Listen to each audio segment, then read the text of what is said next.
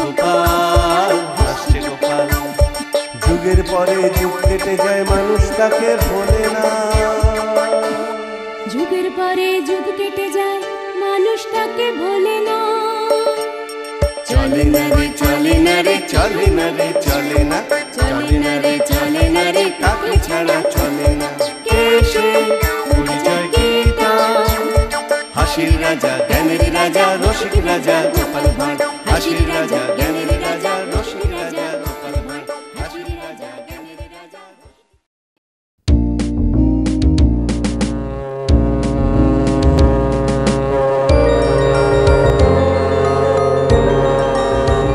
বাপরে বাপরে বাপ, থাম থাম থাম রে বাবা থাম। তুমি বাজাবে গোপাল দাদু? আরে না রে বাবা না, ওই তো একখানার ভেপু, ও আর কি বাজাবো বল দেখি। তুমি কি বাজাবে দাদু? বাজাবো নয়, বাজিয়েছিলাম। বাজিয়েছিলে? কি বাজিয়েছিলে? শিঙে। শিঙে? শিঙে।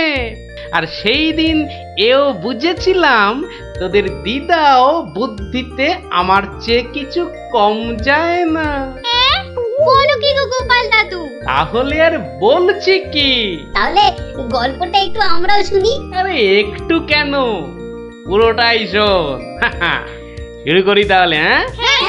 বলো বলো। শোন তবে, তখন আমি দিনের পর দিন রাজসভায় গিয়ে রাজামশাইকে হাসাতে হাসাতে আর বাড়ামো করতে করতে একরকম ওই হাঁপিয়ে উঠেছি, বুঝলি।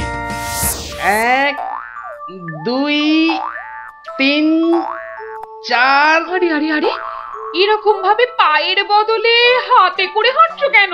আমি একঘেয়েমি কাটাতে চাইছি।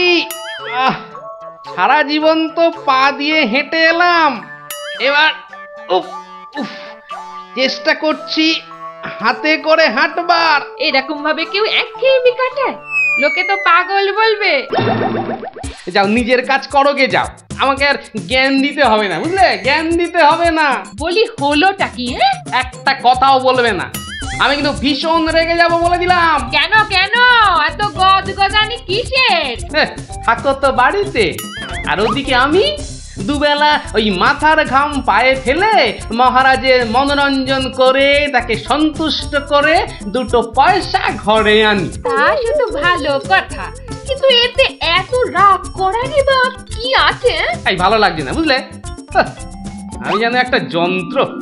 আসলে আমার বড় একঘেয়েমি লাগছে, এই রোজ রোজ একই কাজ, আর পারি না বাপু। তোমার এমন কি শক্ত কাজ যে আর পারছো না? কাজ বলতে তো শুধু মহারাজকে একটু হাসানো আর কুট বুদ্ধি করে লোককে জব্দ করা। এ কাজ যে কেউ পারে, এর জন্য আবার পরিশ্রম। হাসি পায়। কি হাসি পায়? আমার কথা শুনতে তোমার হাসি পায়? বেশ দেখি কতখানি মুরত তোমার। যাও দেখি কাল থেকে আমার জায়গায় ওই রাজবাড়ি গিয়ে মহারাজের কাছ থেকে টাকা রোজগার করে নিয়ে এসো দেখি।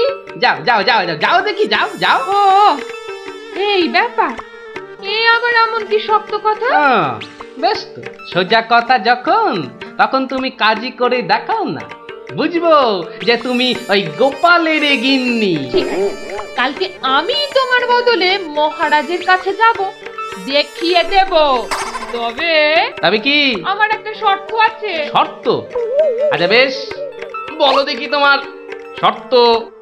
আমি যদি কাল মহারাজের কাছে যাই, মানে তোমার কাজ যদি কাল আমি করি, তাহলে আমার কাজটাও তোমাকে করতে হবে। তোমার কাজ মানে? তোমাকে রান্নাঘরে গিয়ে রান্না করতে হবে।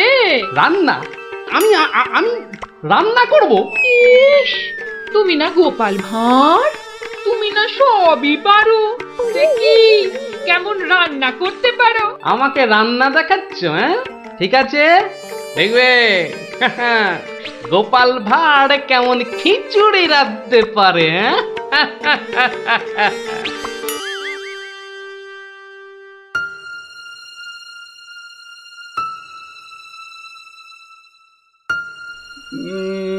আজ গোপাল এত দেরি করছে কেন? কিছু কি খবর জানেন মহামন্ত্রী? আজ্ঞে না মহারাজ, আপনিও যেখানে আমিও সেখানে। কিছুই বুঝতে পারছি না। আগে বর্ষাকাল তো বোধহয় খিচুড়ি খেয়ে পেট খারাপ করেছে। সকালবেলার কাজটা হয়তো একটু বেশি রকম হচ্ছে, যা পেটুক লোক। যা বলেছো। হয়তো এখন খাটে শুয়ে ওই পেটে তেল জল মালিশ করছে।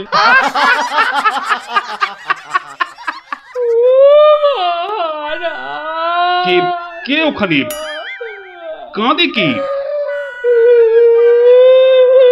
এ তো বড়ই হৃদয় বিদারক কান্না। মন্ত্রী দেখো তো কে, আহা কি চায়? এই কে তুমি? কি চাও? দাঁড়াও, আমি যাচ্ছি, গিয়ে শুনছি।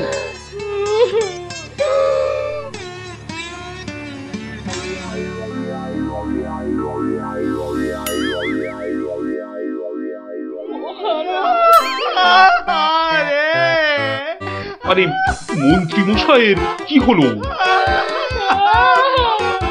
এ তো আচ্ছা ঝামেলা দেখছি।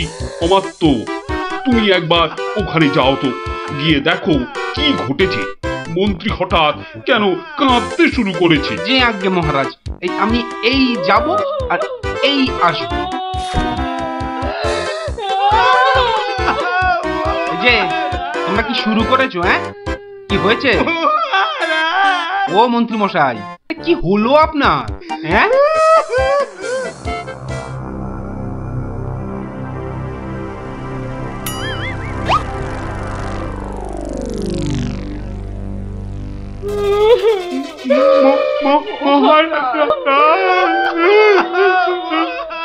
আরে এ কি বিপদ! এ তো অমাত্য কাঁদে যে। আরে হলোটা কি? গোপাল, গোপালের কি হয়েছে? মহারাজ, আমি গোপালের বউ। গোপাল গতকাল রাতে? আরে গতকাল রাতে কি? গতকাল রাতে গোপাল শিঙে ফুকেছে। শিঙে ফুকেছে? মানে কি বলতে চাইছো? হ্যাঁ, গোপাল শিঙে ফুঁকেছে মানে মানে গোপাল মারা গিয়েছে। কি হলো মহারাজ? কি খবর শোনালে? এই তো গতকালই গোপালকে দেখেছি জলজ্যান্ত। হায় আমার গোপাল, আমি এখন কি করি? কোথায় যাই? কার কাছে দুটো টাকার জন্য হাত পাতি? দুঃখ করো না, দুঃখ করো না। সবই বিধির নিষ্ঠুর বিধান। তিনি কখন যে কারে রাখেন আর কারেই বা নিয়ে যান কেউ জানে না, কেউ জানে না। কি করব মহারাজ? গোপাল তো আমারও একজন পরমাত্মীয়ের মতো ছিল। আজ ও চলে যেতে আমার বুকের ভিতরটা যে কিরকম হু হু করে উঠছে, তা তোমাকে কি করে বোঝাই বলো? আর আমার কর্তব্য আমাকে ভালোভাবে করতে হবে। মন্ত্রী বলুন মহারাজ। এবার গোপালের শ্রাদ্ধ শান্তির জোগাড় ভালোভাবে করে দিতে হবে। আপনি কিচ্ছু চিন্তা করবেন না, সব দায়িত্ব আমার। মন্ত্রী, ভাঁড় বউ যা চাইছে তাই দিয়ে দাও, ওকে আর কষ্ট দিও না, আমার ভালো লাগছে না। এই নাও 1000 টাকা। 1000 মোহর? এতে কি হবে মহারাজ? আমার ইচ্ছে ছিল বৃষোৎসর্গ করার, বাঙালি ভোজন করার, বস্ত্র বিতরণ করার, আরো কত কি। আর কেঁদো না, তোমার কান্না দেখে এবার যে আমারই কান্না এসে যাচ্ছে। তুমি বরং এক কাজ করো, যদি এই টাকায় না হয় তাহলে আর অন্য আরেকজনকে পাঠিয়ে দিও, আমি তার হাতে আরো টাকা দিয়ে দেব, তোমাকে আর কষ্ট করে আসতে হবে না। সবই আপনার দয়া মহারাজ। 1 2 3 4 5 6 7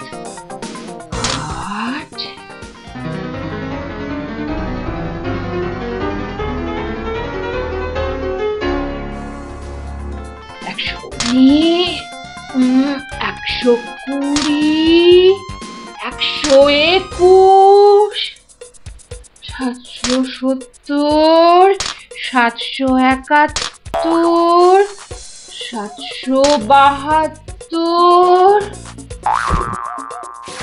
997, 998, 999।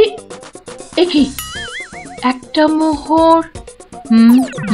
কম আছে মহারাজ, একটা মোহর এখানে কম আছে। ওকে তাড়াতাড়ি এক মোহর দিয়ে বিদে কর। বাবারে, এই নাও। প্রণাম ওই মহারাজ, প্রণাম ওই। ওগো, তুমি কোথায় গেলে গো?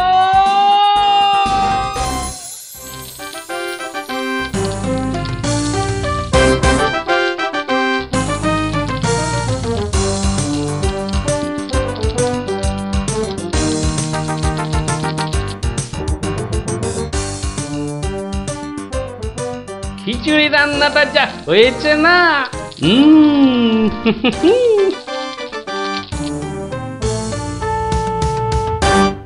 কি গো, কি গো শুনছো?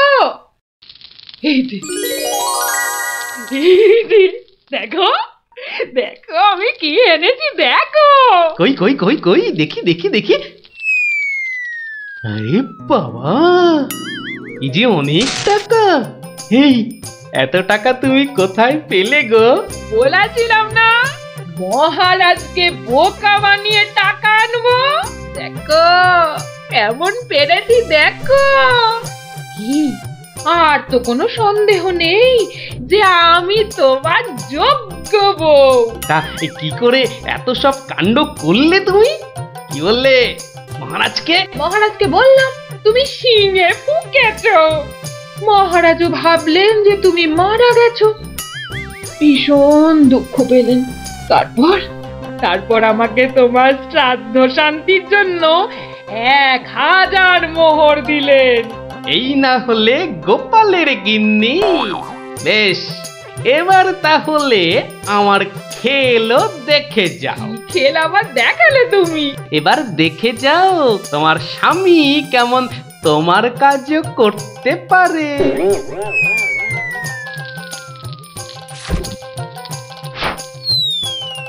বাবা বাবা বাহ, চমৎকার হয়েছে, বাহ।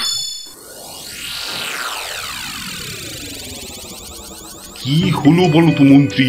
গোপালের পারলৌকিক ক্রিয়া ঠিক মতো হচ্ছে কিনা একবার খোঁজ নিয়েছো? মহারাজ, এই ব্যাপারেই খোঁজ নিতে আমি 2জন প্রহরীকে গোপালের বাড়ি পাঠিয়েছিলাম। তারা ফিরে এসে অদ্ভুত সব খবর দিচ্ছে মহারাজ। কি রকম খবর আবার? আগে গোপালের বাড়ির চারিদিকে শ্রাদ্ধ শান্তির কোনো আয়োজন তারা দেখেনি, বরং ভিতর থেকে অদ্ভুত যত শব্দ বেরিয়ে আসছে, সেই শব্দ শুনে তারা ভয় পেয়ে পালিয়ে এসেছে। কিসের শব্দ? ও অনেকটা ঠিক শিঙে ফোঁকার শব্দ মহারাজ। সে কি কথা? গোপালের ঘরে কে শিঙা ফুঁকছে রে বাবা? আমি মহারাজ।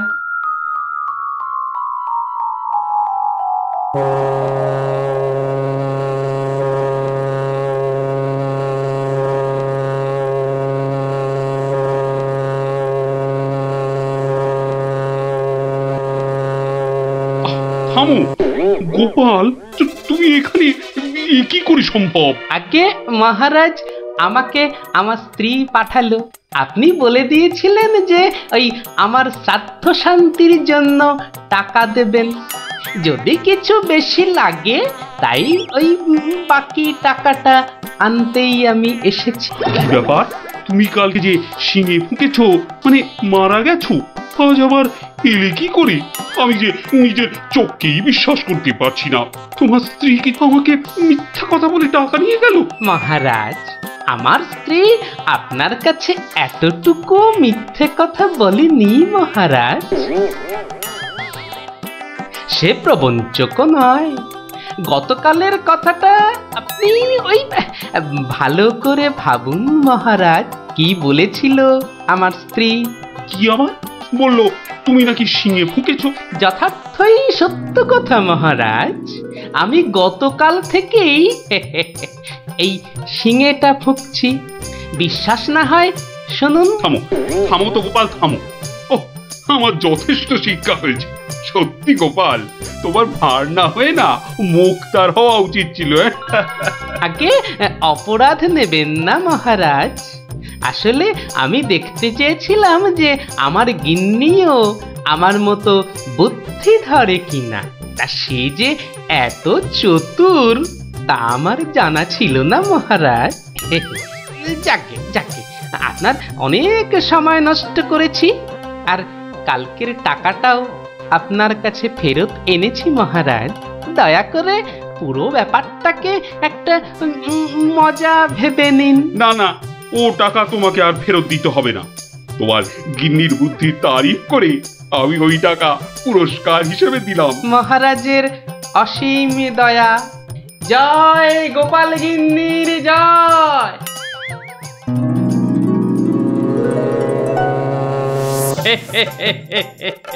এবার বুঝলি তো, তোদের দিদাও কারো চেয়ে কম যায় না।